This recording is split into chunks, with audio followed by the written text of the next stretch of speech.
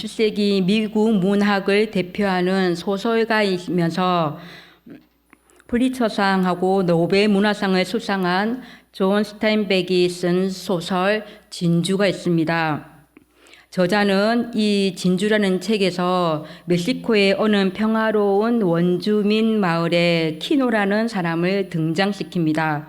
그는 가난하지만 아내와 아들을 위해 열심히 일하고 소박한 미래를 꿈꾸며 진주를 채취하는 사람입니다.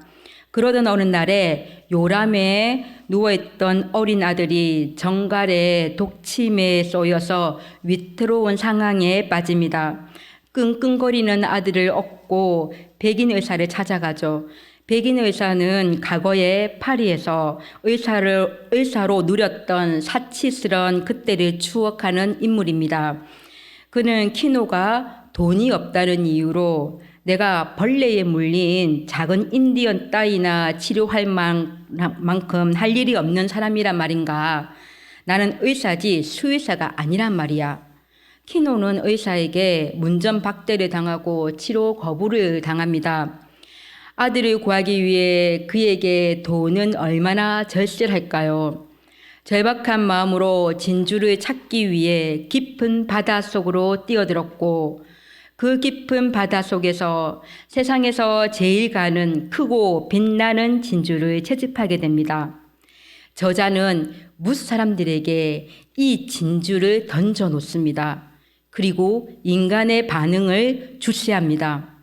진주 앞에 인간은 어떤 반응을 했을까요? 그렇게 필요로 했고 절실했던 진주 앞에 키노는 기쁨과 평화로 가득 찼을까요? 저자는 이 소설을 통해서 진주로 인하여 인간의 그 본성을 리얼하게 드러내게 합니다. 인간의 본능인 불신, 탐욕, 살인, 두려움, 불안, 공포를 제시합니다. 문전박대하고 치료를 거부했던 의사는 키노를 찾아가 아부를 떨면서 치료를 자청했고 진주를 훔쳐가기 위해 한밤중에 강도가 침입하는가 하면 친척과 이웃은 진주 앞에 자신들의 숨겨진 탐욕을 드러냅니다. 급기야 키노는 마을의 모든 사람들을 두려워하게 됩니다. 키노에게 마을 사람들은 진주를 빼앗으려는 두려운 존재가 되어 키노의 마음은 하루도 평안한 날이 없습니다. 진주를 빼앗으려는 사람에게서 진주를 지키려는 키노 또한 숨겨진 본능인 탐욕이 눈을 뜨면서 순수한 영혼이었던 키노의 눈도 멀고 맙니다. 키노의 아내는 변해가는 남편을 보며 진주를 바다에 던지기 위해 해안가로 갑니다. 그것을 본 키노는 쫓아가서 진주를 바다에 던지지 못하게 하려고 아내를 폭행합니다. 이때 숨어있던 도둑이 그들을 급습했고 이 과정에서 도둑을 살인하게 됩니다. 살인하여 도피하던 키노의 가족은 추적자에 의해서 결국 그의 외동아들이 죽게 됩니다. 진주를 마음 편안하게 보관할 마땅한 장소도 없었고 그들의 잃어버린 평화를 찾을 길도 없었습니다. 끝내 젊은 부부는 어떻게 했을까요? 행복을 가져다 줄 것이라 여겼던 진주는 그들에게 추한 독이 되었고 키노와 아내는 진주를 다시 깊은 바다에 던져버립니다. 그토록 염원했던 아름다운 진주는 부부에게 결코 행복을 주지 못했습니다. 이 소설은 독자에게 물질적인 가치가 결코 인간을 행복하게만 해줄 수는 없다. 인간에게 참된 평화를 줄 수 없음을 알리고 있습니다. 또한 인간 내면에 숨어있던 추악한 본능을 모조리 고발하고 있습니다. 인간의 소유욕과 진주를 둘러싼 인간들의 탐욕을 적나라하게 보여주며 고발하는데요. 이는 지금 우리의 현실과 우리 자신의 내면을 적나라하게 보여주는 부분과 동일합니다. 우리도 물질주의 앞에 탐욕스러운 인간의 재성을 우리는 드러냅니다.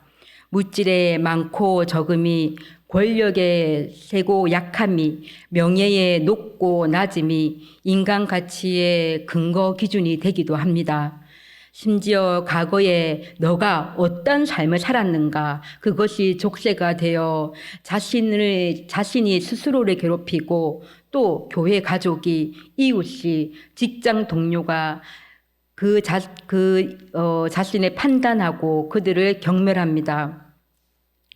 물질이나 권력이나 뭔가를 지고 있는 자는 더 큰 것을 지기 위해서 악한 것을 궁리하고, 잠자리에 누워서도 음모를 꾸미며 날이 새자마자 음모대로 해치우고 맙니다. 뭔가를 빼앗겼다고 생각하는 사람, 내가 큰 차별을 받았다고 생각하는 사람은 슬픔과 분노, 좌절과 절망 가운데 어찌할 바를 모르며 몸을 부르륵 떱니다. 그들은 하나님께서 그토록 애타게 찾으시는 한 사람임에도, 하나님께서 그토록 소중히 여기는 한 사람임에도 원망과 분노에 휩싸여 몸을 떨며 울다가 생을 마감하기도 합니다. 돈 때문에 목회자와 성도가 서로 소송을 하고 탐욕으로 성범죄를 저지르고, 이 계속되는 이 죄성은 영적 눈을 어둡게 만들어서 결국 하나님 앞에서 그 두려움마저 사라지게 합니다. 하나님 주신 양심마저 버리고 오히려 거짓과 속임수로 오히려 더 당당하기까지 합니다. 목회자가 타락하고 성도가 분을 참지 못하며 교회가 결국 부패되어 가는 현실, 또한 주님의 십자가에 나의 욕심과 탐욕과 교만에 못 박고 내 안에 그리스도가 살아 계심으로 성화되어 가는 그리스도인의 삶을 살기 위해 부단히 노력하기는 그렇게 힘겹고, 나 자신이 온갖 재성을 죽여야 하는 결단과 애씀과 수고와 인내는 우리에게 그토록 요하는데, 내 재성에 나의 영혼을 내어주기는 어떻습니까? 한순간 한 찰나입니다. 아주 쉽고 빠릅니다. 이렇게 넓고 넓은 길은 놔두고 좁고 좁은 길을 걸어가는 건 내 안에, 우리 안에 있는 죄성과 녹록지 못한 이 현실을 봤을 때 더욱 힘겹게만 느껴지기도 합니다. 혹시나 십자가 은혜 잡으려고, 십자가 사랑, 십자가 그 능력을 잡으려고 부단히 애쓰는 가운데 우리가 잠시나마 평화 속에 거한다 하더라도 곧 우리를 좌절 속에 거하게 하고자 많은 우리의 환경과, 또 인내할 수 없게 만드는 환경은 우리에게 불만과 원망과 좌절을 가져오게 합니다. 속임수, 기만, 교만, 슬픔, 고통, 좌절, 분노, 폭행, 자살, 살인, 매스컴을 통해서 이러한 것을 보고 들을 때 이 현실은 참으로 우울하며 또 지겹고 애통하기만 합니다. 나의 신앙을 봤을 때는 다람쥐 쳇바퀴 돌듯 나의 죄성과 또 재성을 향한 회개의 그 기도의 반복됨, 여전히 그 반복됨은 우리에게 더 깊은 좌절을 안겨다 주기도 합니다. 나는 여전히 제자리인 것만 같은데 무슨 소용이 있나? 어떤 희망이 있나? 우리에게 어떤 소망이 있나? 어떤 평화가 있나? 자포자기할 때도 있습니다. 하나님께서 우리를 통해 이루시기를 기뻐하셨던 하나님의 언약, 하나님을 사랑하고 내 이웃을 내 몸과 같이 사랑하라는 그 언약은 온데간데 없이 사라지고 있는 이 현실입니다. 남유다와 북이스라엘의 악한 죄로 말미암아 하나님의 심판과 회복을 외쳤던 8세기 미가 선지자 시대, 그의 시대도 지금 우리의 시대와 공통되는 것들이 많습니다. 2장 1절에 그들은 침상에서 죄를 꾀했다고 합니다. 악을 꾸미고 날이 밝으면 그 손에 힘이 있으므로 그것을 행한다라고 기록되어 있습니다. 2장 2절에 밭들을 탐하여 빼앗고요, 집들을 탐하여 차지하니 그들이 남자나 그의 집과 사랑과 그의 산업을 강탈한다라고 나와 있습니다. 3장 12절에 보면 예루살렘의 재판관들은 뇌물을 받은 뒤에야 재판을 하고요, 제사장들은 싹을 받아야 가르치고요, 예언자들은 돈을 받은 후에 예언합니다. 그러면서도 그들은 여호와께서 우리와 함께 계시니 우리에게는 해로운 일이 생기지 않는다 하며 당당하기까지 합니다. 이 세상을 볼 때 너무나 슬프고 절망스러워 슬퍼하며 통곡하고 벌거벗은 몸과 맨발로 다니고 들개처럼 큰 소리로 울부짖고 타조처럼 슬피 운다. 이 죄성이 내 백성의 성문 곧 예루살렘 성에 미쳤다 한탄하며 미가서 2장 8절 9절에 그렇게 한탄하고 있습니다. 결국 하나님의 임재의 상징, 오늘날 교회의 상징인 시온과 예루살렘은 밭처럼 뒤집히고 예루살렘이 돌무더기로 변하여 성전이 서 있는 언덕은 숲풀로 뒤덮일 것이라고 3장 12절에 미가 선지자는 선포합니다. 더 이상 평화도 없고 희망도 없고 소망도 없고 모든 것이 끝난 것 같이 보이는 자포자기한 세상입니다.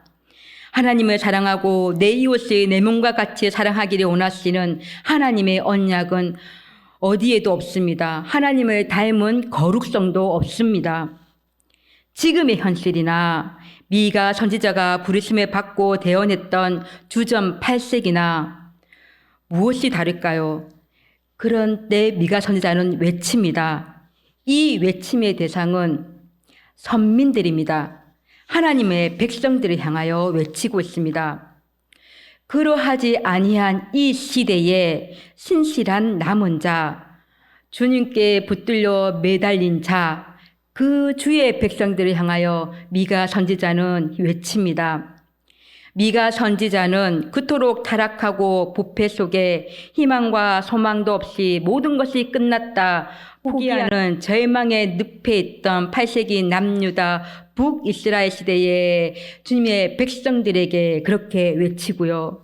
주님의 십자가에 나의 욕심과 교만에 못 박고 내 안에 그리스도가 계심으로 성화되어 가는 그리스도인의 삶을 살기 위해 오늘도 부단히 노력하는 신실한 자들에게 외치고요.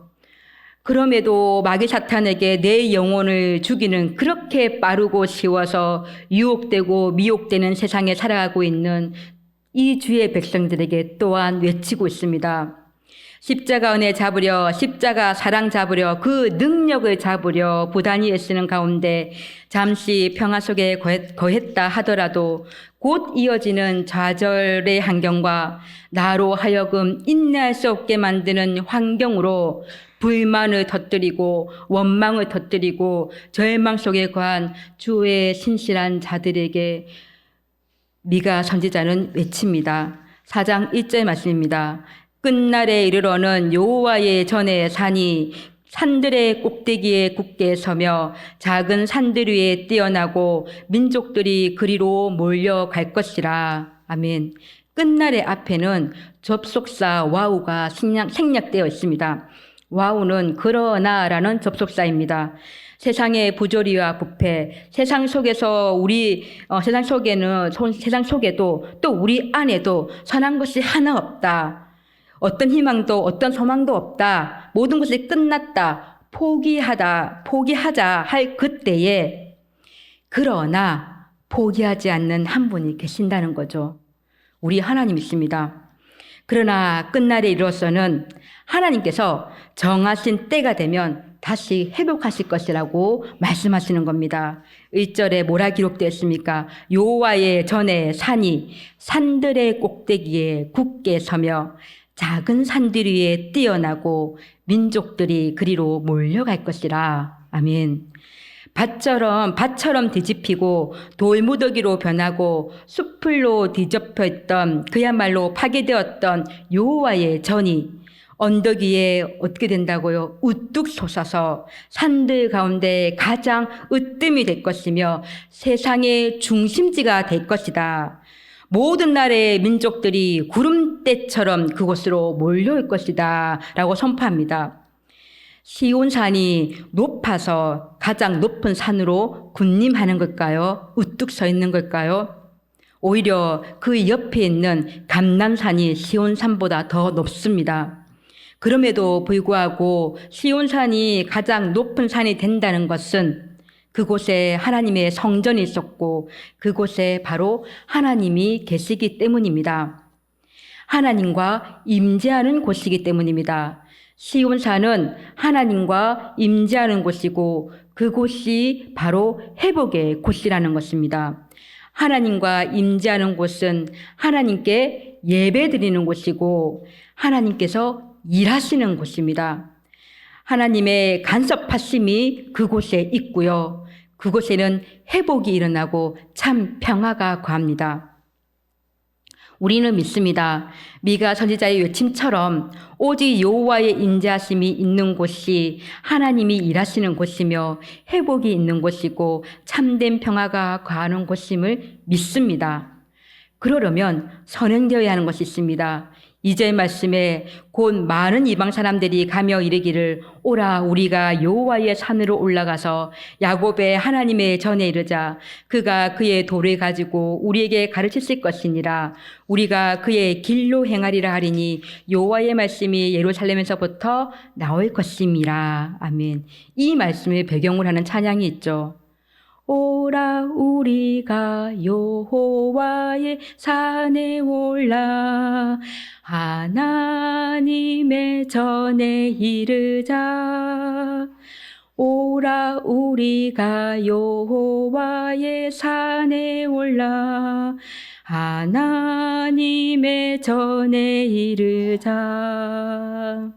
먼저는 우리가 여호와의 산에 올라가야 한다는 것입니다. 여호와의 산에 올라가려면 행동에 결단이 있어야 합니다. 아름답게 보이고 탐욕스럽게 보이는 세상 것에 미혹됨, 나만 손해볼 것 같은 그 손해봄, 한 알의 밀알이 썩어야만 많은 열매를 맺는다 하셨는데 그 썩어짐이 어쩌면 내 것이고 또 내 자존심이 될 수 있을 것이고 나의 전부라고 생각하는 것이 될 수 있는 그 썩어짐입니다. 그것에 더 이상 머뭇거리면 안 된다는 것입니다. 그것에 더 이상 망설여서도 안 된다는 것입니다.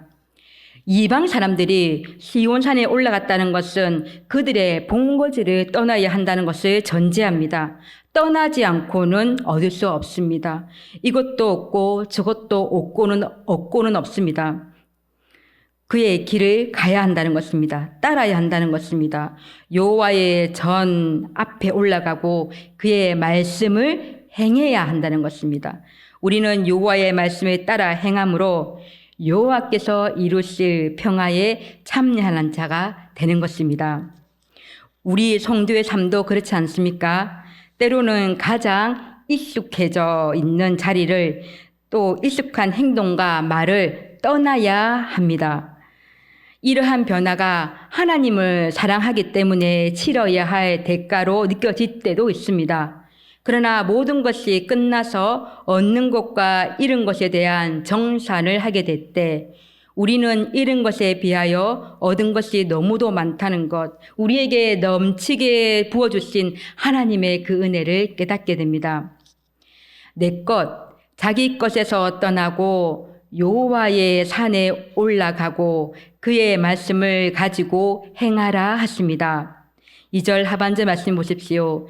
이는 율법이 시온에서부터 나올 것이요 여호와의 말씀이 예루살렘에서부터 나올 것임이라. 아멘. 평안하고 익숙해져 있던 자신들의 거주지를 떠나 시온으로 순례를 온 민족들이 하나님의 도를 배우고 주의 길을 행하는 것에 대하여 시온에서 머무지 말고 시온에서 나와서 예루살렘에서 나와서 이제는 가정으로 이웃으로 또 세상으로 세상의 빛과 소금으로 나아가라 합니다. 시온에서 예루살렘에서 나온 주의 성도가 있는 곳은 하나님의 말씀이 충만한 곳이 되고 하나님의 통치하심이 있는 곳이 되어 이 세상은 공평과 정의와 평화로 다스리는 세상이 된다라고 말씀하십니다. 이 세상은 그들이 사용하던 전쟁의 도구를 버리고 평화를 선포하게 된다라고 외칩니다. 이전에는 자신의 유익에 따라 전쟁을 준비하던 자들이 이제는 주의 뜻에 따라 살며 전쟁을 끝낼 것입니다. 그래서 더 이상 쓸모없게 된 무기들은 녹여서요, 농기구로 만들고 이제는 더 이상 전쟁 연습도 하지 않게 될 것입니다.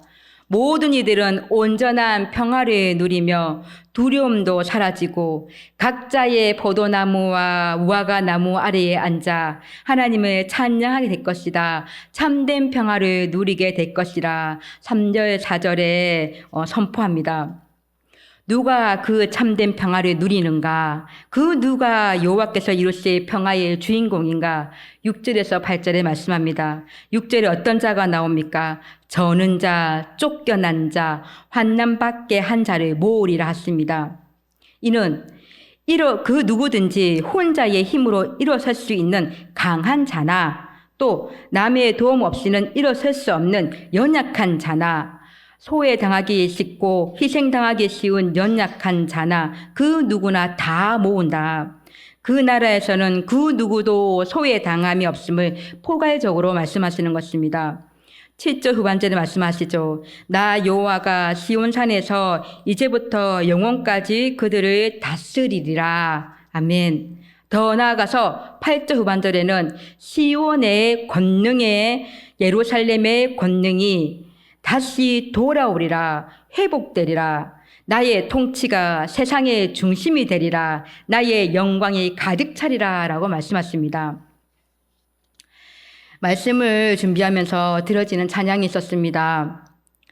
세상은 평화 원하지만 전쟁의 소문 더 늘어간다. 이 모든 인간 고통 두려움뿐 그 지겨움 끊었네. 그러나 주 여기 계시니 우리가 아들 믿을 때에 그의 영으로 하날세. 우리가 아들 믿을 때에 그의 영으로 하날세. 전 이 찬양을 천년부 시절에 형제 자매와의 기쁨의 교제 속에 들었던 기억이 생생한데요. 이 말씀을 준비하면서 이 찬양을 들어지면은 우리는 참으로 평화를 원하지만은 이 세상은 고통과 슬픔과 좌절과 힘겨움에 슬픈 현실과 또 우리의 죄성이 있다. 이것을 고백하게 되고요. 그러므로 나는 예수 그리스도의 영이 절실히 필요합니다. 이 고백함으로 이 찬양이 들어지게 되더라고요. 세상에는 참된 평화가 있습니까? 세상에 참된 평화가 있습니까? 있죠. 없습니다. 인간의 고통, 탐욕, 두려움, 그 역겹고도 지겨운 인간의 본성은요, 끝이 없습니다. 인정합니다. 그럼에도 우리가 평화를 누릴 수 있는 방법은 미가 선지자의 외침처럼 하나님의 임재를 내 속에 가득 채우는 것입니다. 하나님의 전에 올라가는 것입니다. 예수 그리스도의 충만한 영을 내 안으로 모시는 것입니다. 그리고 무엇으로 채웁니까? 여호와의 전에 올라가서 여호와의 말씀이 온전히 내 안에 충만케 하사 그 말씀이 나의 삶을 주장할 때 우리가 그 말씀에 사로잡힐 때 하나님의 영에 사로잡힐 때 우리는 참된 평화를 누릴 수 있습니다. 우리는 주님께서 이루실 참된 평화를 원합니다. 그러합니까? 갈구합니다. 성도에게 있어서 주님께서 이루실 참된 평화에 대한 갈망은 꺼질 수 없는 등불입니다. 꺼질 수 없는 등불이 있는 한 그 등불은 다시 활활 타오르게 될 것입니다. 이 갈망으로 우리는 주님의 산으로 올라갑시다. 주님과의 예배를 다시 하도록 합시다. 여호와의 산에 올라가고자 하는 행동의 결단, 마음의 결단으로 다시 한번 다짐합시다.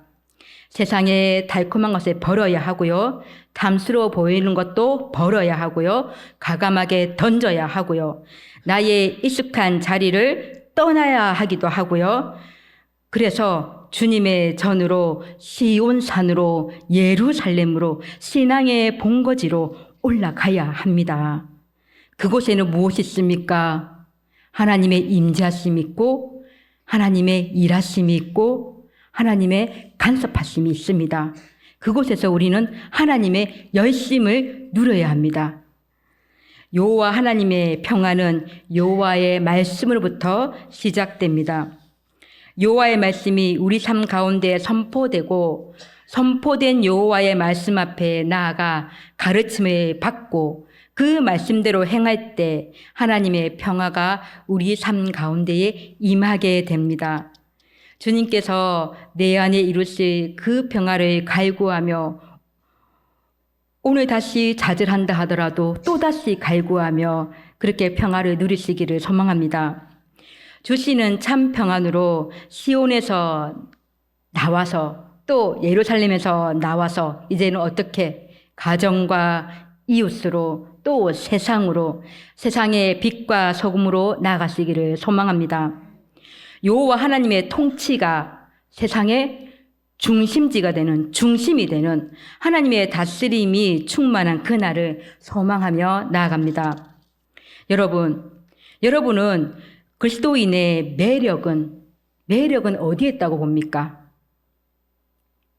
저는 참 평안에 있다고 봅니다. 세상에 어떤 것이 주는 평안은 잠깐이요 일시적이고 곧 사라지는 거 다 압니다.